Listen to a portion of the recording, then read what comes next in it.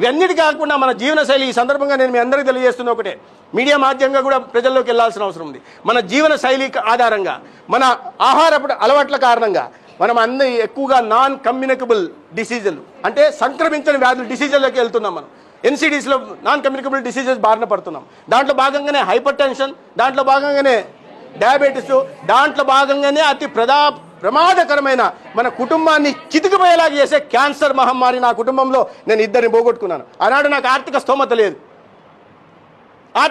లేదు, కానీ నాకు తెలిసి ఆ కష్టం ఏందో, నా బాధ ఏందో. కాబట్టి దానికోసం స్క్రీనింగ్ చేస్తున్నాం. క్యాన్సర్ స్క్రీనింగ్ ఓరల్, ముఖ్యంగా మన అక్క చెల్లెళ్ళకి అందరికీ చెప్పాల్సింది అంటే, ఓరల్ క్యాన్సర్ ఏమో మగవాళ్ళకు కూడా వస్తుంది. ఎందుకంటే టొబాకో తింటారు, ఎక్కువగా టొబాకో కారణంగా ఓరల్ క్యాన్సర్ వస్తుంది. 40% ఓరల్ క్యాన్సర్ బారిన పడుతున్నారు.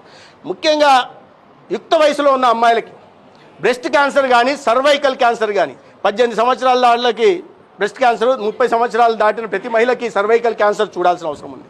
తద్వారా ఆ కుటుంబాలని ప్రాథమిక దశలోనే, ఎక్కడో మనం 4th స్టేజ్కి వెళ్ళిన తర్వాత క్యాన్సర్ని గుర్తించే ప్రయోజనంలే, అప్పటికే వాళ్ళు శారీరకంగా, భౌతికంగా పోయి ఉంటారు, ఆర్థికంగా పూర్తిగా చితికిపోయి ఉంటారు. ఆ సందర్భంలో మనం 4వ స్టేజ్లో గుర్తించి వాళ్ళకేమో అవగాహన లేదు, ఏం రోగమో అనుకుంటారు, డాక్టర్ దగ్గరికి వెళ్ళరు, వెళ్తే గ్రామాల్లో ఆర్ఎంపీ దగ్గరకు మామూలుగా పోతారు.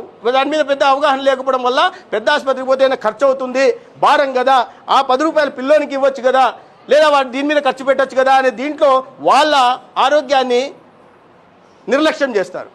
కాబట్టి మొత్తం 4 కోట్ల మందికి, రాష్ట్రంలో 4 కోట్ల మందికి క్యాన్సర్ స్క్రీనింగ్ పరీక్షలు చేస్తున్నాం.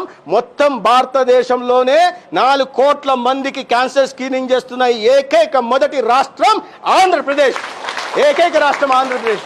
దానికోసం నేను ప్రత్యేకంగా ఈ క్యాన్సర్ స్క్రీనింగ్ చేయాల్సిందే అని ఒక లక్ష్యాన్ని నిర్దేశించిన గౌరవ ముఖ్యమంత్రి చంద్రబాబు నాయుడు గారికి సందర్భంగా నేను ప్రత్యేక ధన్యవాదాలు తెలియజేస్తున్నాను.